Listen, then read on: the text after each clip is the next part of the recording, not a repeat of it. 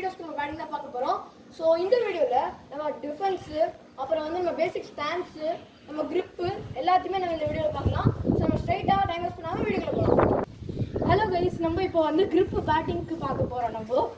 So நம்ம கிட்ட வர காட்டுக்கு ரைட் ஹேண்டர்ஸ்க்கு வந்து அவங்க டாப் ஹேண்ட் வந்து இங்கே வச்சுட்டு அப்படியே கீழே இங்கே வைக்கணும்.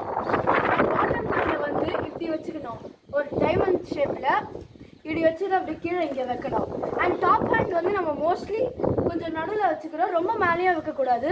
அண்ட் பாட்டம் ஹேண்டுக்கும் சேம் அப்படி தான், ரொம்ப கீழே இருக்கக்கூடாது, கரெக்டாக இருக்கணும். நெக்ஸ்ட்டு நம்ம ஸ்டாண்ட்ஸ்க்கு போகலாம். ஸோ இப்போ நம்ம கார்டு வந்து 3 டைப்ஸ் இருக்குது, middle, leg and half. First நான் உங்களுக்கு மிடில் காட்ட போகிறேன்.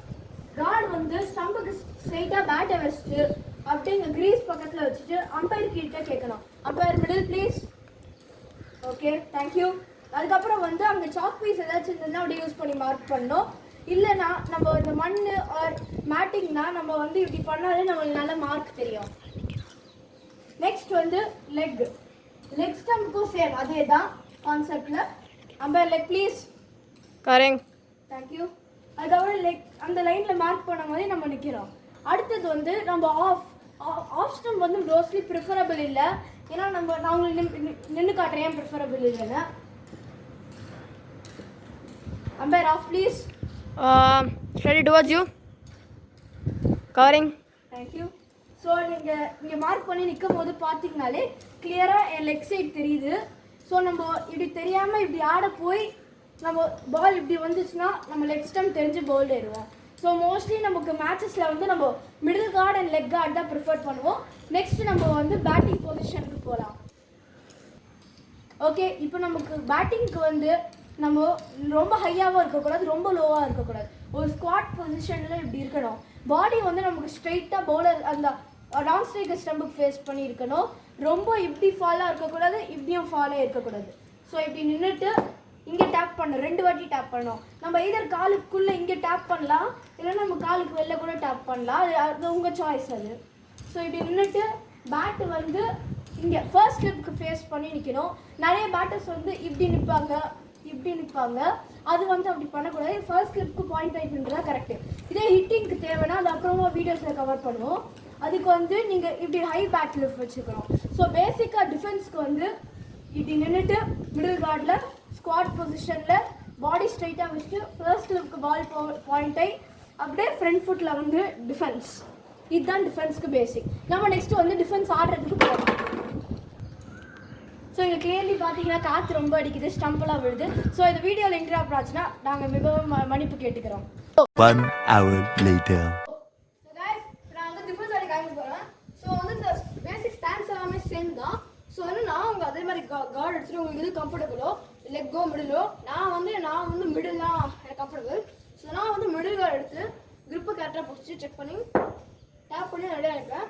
ஸோ ஒரு பால் வரும்போது எப்பவுமே வந்து பிச் ஆன உடனே உங்கள் பேட் வந்து கொஞ்சம் லிஃப்ட் ஆகணும். லிஃப்ட் ஆனதுக்கப்புறம் அவங்க பால் கிட்ட வரும்போது உங்கள் லெக்கு வந்து பாலுக்கு நேராக போகணும். இப்படி உங்கள் ஃபுட் மட்டும் இப்படி ஸ்ட்ரெயிட் ஆகி இப்படி நேராக போய் ஆடணும். சில பேர் நிறையா தப்பு விடுவாங்க. எல்லாமே என்ன பார்த்தீங்கன்னா பால் பிச் ஆன உடனே இப்படி போயிடுவாங்க. அது வந்து நல்லா அது வந்து வெயிட்டே பண்ணாமல் போயிடுவாங்க. ஸோ அது பேர் தான் கமிட் ஆகணும்னு சொல்கிறது. ஸோ வந்து இன்னொரு விஷயம் வந்து டிஃபென்ஸ் ஆடும்போதே உங்கள் பேட் ஃபேஸிங் கிரவுண்ட் இருக்கணும். அப்போ தான் வந்து உங்களுக்கு கேட்ச் பிடிக்கிறதுக்கான சான்சஸ் வந்து ரொம்ப கம்மி. சப்போஸ் உங்கள் பேட் இப்படி தான் இருந்ததுன்னா பவுலுக்கே கேட்ச் பண்ண இருக்குது. ஸோ நான் டிஃபென்ஸ் 2 பால் ஆடி காட்ட போகிறேன். ஸோ எனக்கு வந்து என் பார்ட்னர் இப்போ இருக்கான், எனக்கு வந்து 5 பால்ஸ் வந்து போடுவோம். ஸோ வந்து நான் டிஃபென்ஸ் ஆட போகிறேன். சப்போஸ் உங்களால் மேட்ச்சில் வந்து ஒரு டிஃபென்ஸ் ஆட முடியாத மாதிரி ஒரு பால் வந்தது, இப்போ வந்து ஆஃப் சைடில் நான் இங்கே நிற்கிறேன்னா எனக்கு ஆஃப் சைடில் அங்கே ஒரு பால் வருதுன்னா இப்போ என்ன பண்ணணும், அங்கே பால் வருதுன்னா இங்கே போடணும். இங்கே போடுவார் பார்ட்னர் என்ன பண்ணணும், இப்படி டெவலப் பண்ணிக்கலாம். ஆஃப் சைடில் வந்தால் இப்படி டெவலப் பண்ணிக்கலாம். ஒரு ஸ்டம்பில் அந்த மாதிரி டிஃபென்ஸ் அடிக்கலாம். ஸோ இப்போ நான் வந்து அந்த பால் ஸ்டம்பில் டிஃபென்ஸ் ஆட போகிறேன். ஸோ பாருங்க, ஸோ பேட் ஃபேஸிங் கிரவுண்ட் இருக்குது. ஸோ கேட்ச் போகாது. ஓகே,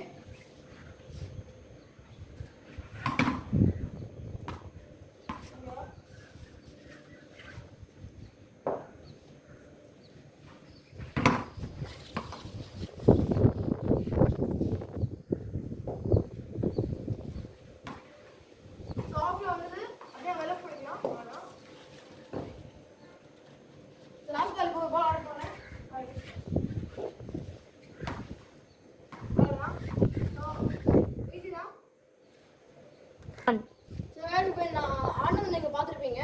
ஸோ வெரி சிம்பிள் தான். பேக் ஃபேஸிங் கிரவுண்ட் இருந்தாலும் போதும். ஸோ வந்து இப்போ பேக் ஃபுட் நான் ஆடல நீங்கள் கேட்கலாம். ஸோ அது ஏன்னா இனிஷியலி இப்போ நீங்கள் தான் பிகின் பண்ணுறீங்கன்னா ஃப்ரண்ட் ஃபுட் டிஃபென்ஸ் தான் நிறையா ஆடுங்க. ஒரு வாலில் போட்டு சும்மா என்ன பண்ணலாம், அப்படியே பேக் ஃபேஸிங் கிரவுண்ட் சும்மா நிறையா ஒரு 10 நிமிஷம் கிட்ட ஆடலாம். ஸோ இப்படி பால் வருதுன்னா என்ன பண்ணலாம், இப்படி போட்டு ஸோ வந்து இப்படி போட்டு கரெக்டாக ஆடலாம். ஸோ வந்து டிஃபென்ஸ் பிடிச்சிருக்குன்னு நான் நம்புகிறேன். ஸோ இந்த வீடியோ பிடிச்சிருந்ததுன்னா மறக்காமல் லைக் பண்ணுங்கள், கமெண்ட் பண்ணுங்கள், ஷேர் பண்ணுங்கள் அண்ட் சப்ஸ்கிரைப் பண்ணுங்கள். So see you later. Bye guys.